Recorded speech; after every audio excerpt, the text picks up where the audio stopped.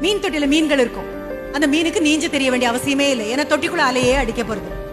பசியே வராது. ஏன்னா சாப்பாடு அப்பப்ப மேல இருந்து போட்டுடுவோம். புயலோ பெரிய சூறாவளியோ ஒன்னும் அடிக்க போறது இல்ல. அதை விட ஒரு பெரிய மீன் அதை லபக்குன்னு முழுங்கி தின்னுமா என்ன? ஒண்ணுமே கிடையாது. அந்த பூனையோட அம்மா அந்த சின்ன மீனோட அம்மாவும் அப்பாவும் எங்க பிறந்திருப்பாங்க? தொட்டிக்குள்ள. அதனுடைய அம்மா அப்பா எங்க பிறந்திருப்பாங்க? தொட்டிக்குள்ள. தொட்டிக்குள்ளேயே இருந்து beautiful colour fish in an aquarium. பாக்குறதுக்கு ரொம்ப அழகா இருக்கும். ஆனா அதனால ஒரு பிரயோஜனமும் கிடையாது. அதே சமயம் நீ திமிங்கலமான்னு யோசிச்சு பாரு. நீ திமிங்கலம்னா நீ எங்க இருக்கணும்? மீன் தொட்டிக்குள்ள இருக்கணும். If you are a whale, you belong to the ocean outside. வெளியில இருக்கக்கூடிய பெரும் மகா சமுத்திரத்துக்கு நீ சொந்தம். அப்படி போகும்போது சூறாவளி அடிக்கும், பெரிய புயல் காற்று அடிக்கும், சுனாமி அடிக்கும், எல்லாம் இருக்கும். அதையும் தாண்டி போகக்கூடிய சர்வ வல்லமை உங்ககிட்ட இருக்கு. நீ முடிவு. நான் வெறும் மீன் தொட்டியில இருக்கக்கூடிய அழகான மீன் தான். நான் பாக்குறவங்க எல்லாம் பார்த்து ஆஹா நல்லா இருக்கு அவ்வளவுதான். வேற ஒரு கொண்டாட்டமும் கிடையாது.